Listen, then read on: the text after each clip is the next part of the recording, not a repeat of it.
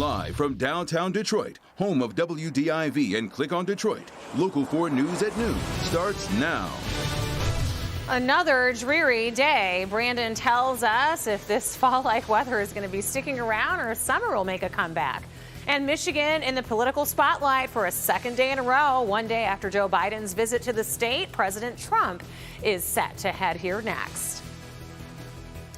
We begin with a coronavirus milestone. Michigan marking 6 months since we saw our first positive case of COVID-19.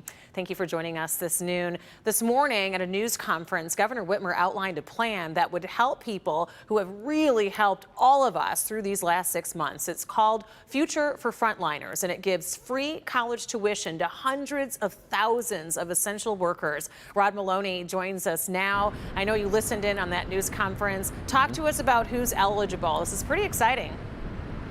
Well, let's go right to the graphics then, Rhonda, and let's get to it. This is the Futures for Frontliners, and here are some of the numbers. They're using $24 million of federal dollars that are part of now the state's education emergency fund.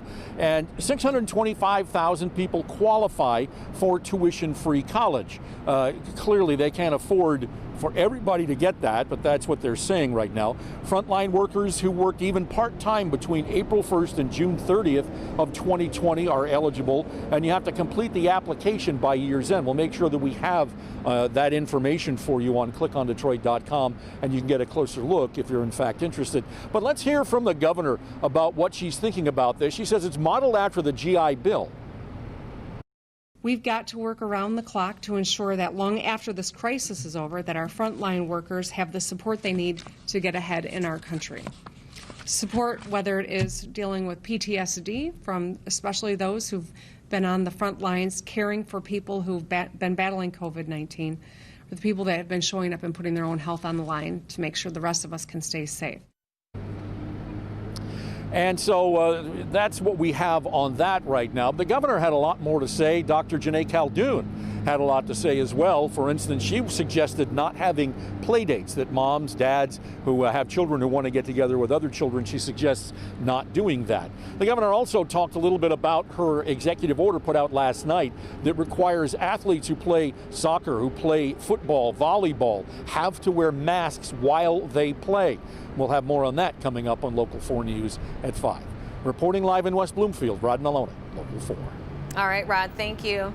Today, the state's top medical executive said that to get more kids back in the classroom, continue to encourage hand washing and try and hold off, as Rod Maloney mentioned, on those play dates. Please consider not having those play dates as you normally would. Try to be creative and have video conference calls with your children's friends if possible. And if you must have a gathering, try to make it as small as possible and follow the governor's executive orders. Know that outdoor is safer than indoor, but outdoor does not mean that it's 100% safe. Dr. Caldoun also shared our weekly average of cases and that those numbers have gone down over the past 2 weeks. 6 months after our first case, we have more than 108,000 positive cases and 6,500 people have died from the coronavirus in our state. New unemployment numbers out today show 884,000 Americans applied for benefits last week, no change from the week before. And the Senate is voting today on the Republican relief bill. It is not expected to go very far.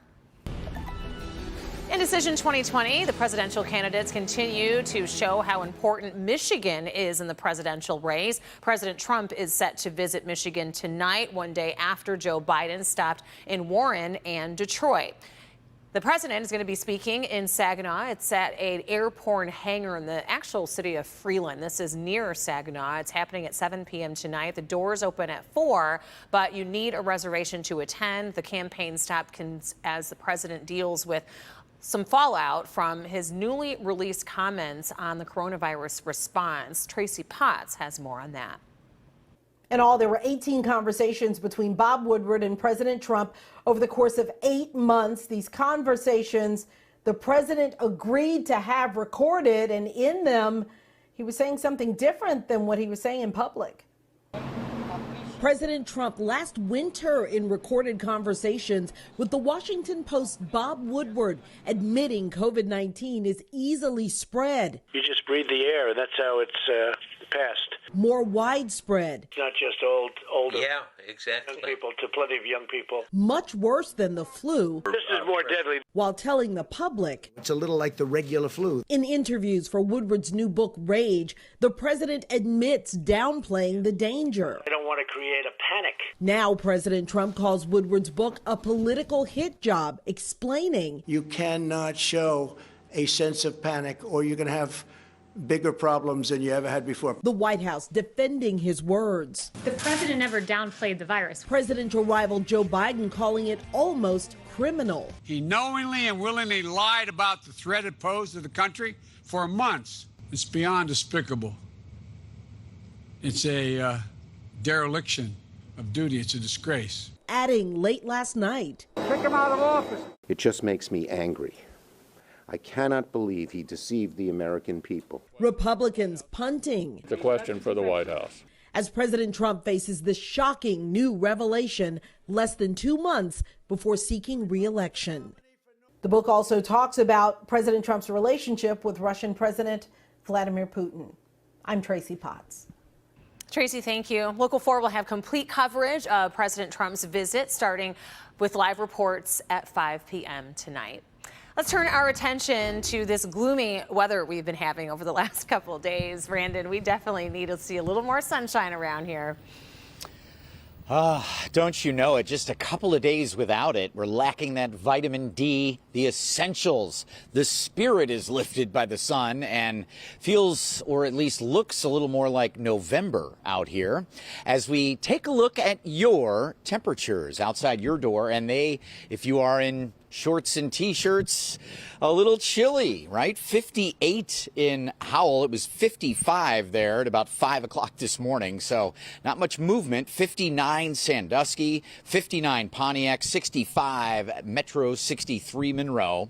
And our temps being impacted by these northeast winds coming off of the big lakes on the east side, so it will stay slightly cooler east side. May we see 70 degrees. 50, that's nothing to really celebrate. 70 would be something to celebrate, at least today. We have cloud cover, though, and very limited sunshine, unfortunately, Rhonda. But I've got good news in the 7-day that does include weekend sunshine coming up. All right, Brandon, thank you. We will definitely look forward to a warm-up.